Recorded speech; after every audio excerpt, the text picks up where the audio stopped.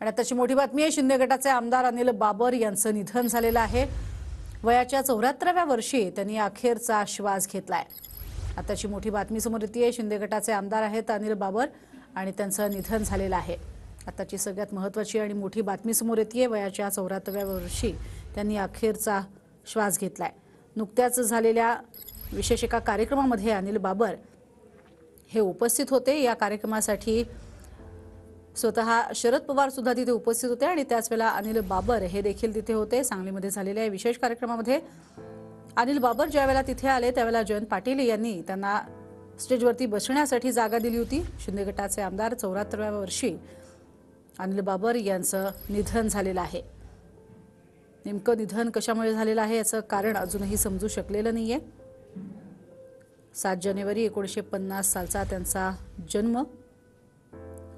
मात्र अनिल बाबर हे आता राहिलेले नाहीत, त्यांचं निधन झालेलं आहे। अनिल बाबर यांची राजकीय कारकीर्द ही सुद्धा तेवढीच मोठी आणि महत्त्वाची। सांगलीतल्या जिल्हा परिषदेच्या सदस्याच्या रूपामध्ये त्यांनी आपल्या कारकिर्दीला 1972 पासून सुरुवात केली आणि त्यानंतर 1981 मध्ये ते सांगली जिल्हा परिषद भवनमध्ये त्या भवनाचेच अध्यक्ष झाले होते। आपल्या कारकिर्दीला 1972 मध्ये त्यांनी सुरुवात केली होती। ही राजकीय कारकीर्द त्यांची जी आहे ती पुढे अशीच जात राहिली। महाराष्ट्र विधानसभेसाठी 1990 मध्ये ते पुढे आले। त्यानंतर यशवंत सहकारी साखर कारखाना लिमिटेड खानापूरचे ते अध्यक्षही राहिले। 1991 साली महाराष्ट्र विधानसभेमध्ये ते 1999 मध्ये पुन्हा एकदा निवडले गेले। 2001 मध्ये सांगली जिल्हा मध्यवर्ती सहकारी बँकेचे ते निर्देशक राहिले। त्यामुळे 1999 ते 2008 या काळामध्ये national heavy engineering cooperative limited या संस्थेचे सुद्धा ते अध्यक्ष होते। ही संस्था पुण्यामध्ये आहे। तर 2014 मध्ये महाराष्ट्र विधानसभेसाठी ते पुन्हा निवडले गेले आणि 2019 मध्ये सुद्धा पुन्हा एकदा ते आमदार म्हणून निवडून आले होते। आताची मोठी बातमी समोर येते, शिंदे गटाचे आमदार आहेत अनिल बाबर ज्यांचं निधन झालेलं आहे। 1972 पासून त्यांची राजकीय कारकीर्द जी आहे ती सुरू झाली। सांगलीतल्या जिल्हा परिषदेचे सदस्य ते आमदार अशी त्यांची ही कारकीर्द म्हणावी लागेल। 1981 मध्ये सुद्धा सांगलीतल्या जिल्हा परिषदेचे ते अध्यक्ष झाले होते। त्यानंतर 1982 ते 1990 या काळात खानापूर पंचायत समितीचे अध्यक्ष म्हणूनही त्यांनी काम पाहिलं। 1990 मध्ये पहिल्यांदा ते विधानसभेवरती निवडून आले होते आमदार म्हणून। त्यानंतर पुन्हा एकदा 1999 मध्ये ते निवडले गेले, विधानसभेचे आमदार म्हणून ते निवडून आले होते आणि त्यानंतर सांगली जिल्हा मध्यवर्ती सहकारी बँकेचे ते निर्देशक म्हणूनही काम पाहत होते। त्यानंतर 2014 आणि 2019 असे ते पुन्हा एकदा आमदार म्हणून निवडून आलेले होते।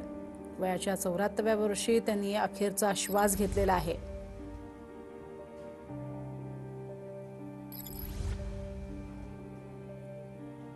मोठी कारकीर्द राहिलेली आहे अनिल बाबर यांची। 7 जानेवारी 1950 सालचा त्यांचा जन्म आणि त्यानंतर अगदी वयाच्या 22व्या वर्षापासूनच त्यांनी आपल्या राजकीय कारकिर्दीला सुरुवात केली। या संदर्भात बोलणार आहोत, शंकर देवकुळे आमचे प्रतिनिधी आपल्या सोबत आहेत। शंकर, नेमकं काय कारण आहे, कळू शकले का? नक्कीच प्रज्ञा, अनिल बाबर हे पाणीदार आमदार म्हणून सांगली जिल्ह्यात त्यांची ओळख आहे आणि काल त्यांना त्रास होत असल्यामुळे न्यूमोनिया झाल्याचं माहिती मिळाली आहे आणि त्यांना काल सांगलीतील उशिकाल हॉस्पिटलमध्ये ऍडमिट केलं असता आज पहाटे त्यांचं दुःखद निधन झाल्याची माहिती समोर आली आहे। एकंदरीत पाहता टेंबू इंजिनिअरिंगचे जनक म्हणून अनिल बाबर यांची ओळख आहे आणि सांगली जिल्ह्यातील एकनाथ शिंदे गटाचे ते एकमेव आमदार आहेत। अनेक संघर्ष करत त्यांनी इथपर्यंतचा प्रवास केला आहे। त्यामुळं आजच्या या घटनेमुळे त्यांच्या दुःखद निधनामुळे संपूर्ण परिसरात आणि सांगली जिल्ह्यात हळहळ व्यक्त होत आहे। अगदी खरं आहे आणि एक अगदी सामान्य कुटुंबामध्ये, शेतकरी कुटुंबामध्ये त्यांचा जन्म झालेला होता. खालापूर सारख्या अगदी छोटंसं गाव जे आहे, खानापूरमधलं गारडी गावात त्यांचा जन्म झाला आणि असं असूनही त्यांनी अगदी वयाच्या 20व्या वर्षापासूनच आपली राजकीय कारकीर्द सुरू केली होती. अनिल बाबर यांच्या जाण्यानं संपूर्ण परिवार तर शोकाकुल आहेच, पण त्याबरोबरीनं या परिसरामध्ये त्यांना मानणारे जे त्यांचे लोक आहेत, कार्यकर्ते आहेत, तेही शोकाकुल असतील.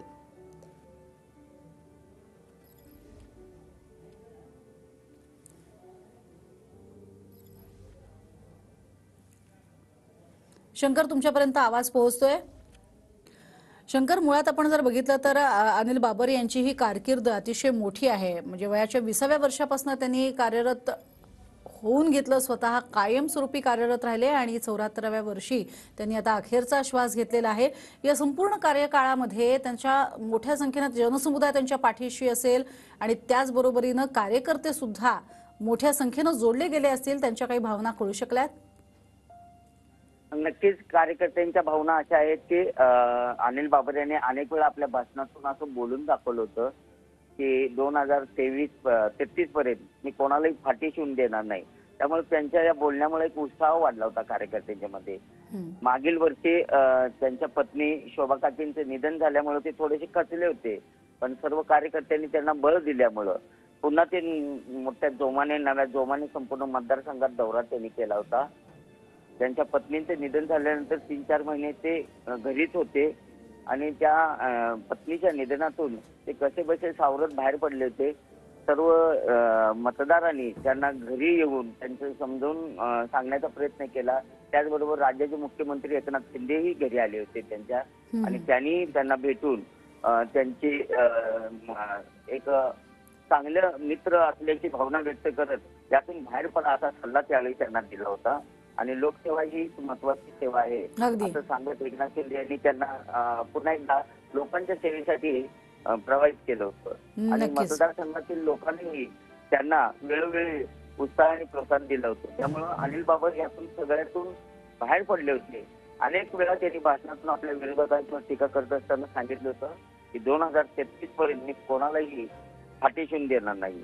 इतका कॉन्फिडन्स त्यांच्यामध्ये भरला होता. काही दिवसापूर्वी त्यांचा वाढदिवस झाला होता. हजारोच्या संख्येने कार्यकर्ते या ठिकाणी आले होते. अनेक राज्यातील मंत्री सुद्धा या कार्यक्रमाला आले होते आणि वेगळ्या उत्साहाच्या वातावरणामध्ये अनिल बाबर यांनी पुन्हा तेच वाक्य विरोधकांना टीका करत बोललं होतं. आणि आमदार आढळराव पाटील नक्कीच शंकर, आणि तुमच्याकडनं सर्व माहिती घेणार आहोत. तुर्तास धन्यवाद या संपूर्ण माहितीसाठी. तर नुकताच आपण बघितलंय 7 जानेवारीचा त्यांचा जन्म. अनिल बाबर यांचं निधन झालंय. अनिल बाबर हे शिवसेना शिंदे गटाचे आमदार होते. सांगलीच्या खानापूर विधानसभा मतदारसंघाचे ते आमदार. राष्ट्रवादी पुरस्कृत सदाशिव पाटलांचा अनिल बाबर यांनी 2019ला पराभव केला. तर अनिल बाबर यांचा काँग्रेस, राष्ट्रवादी, शिवसेना असा राजकीय प्रवास राहिलेला आहे. अनिल बाबर हे 4 वेळा आमदार म्हणून निवडून आलेत. 1990, 1999, 2014 आणि 2019 अशी आमदारकी त्यांना मिळालेली आहे. ते आमदार म्हणून निवडून आलेत.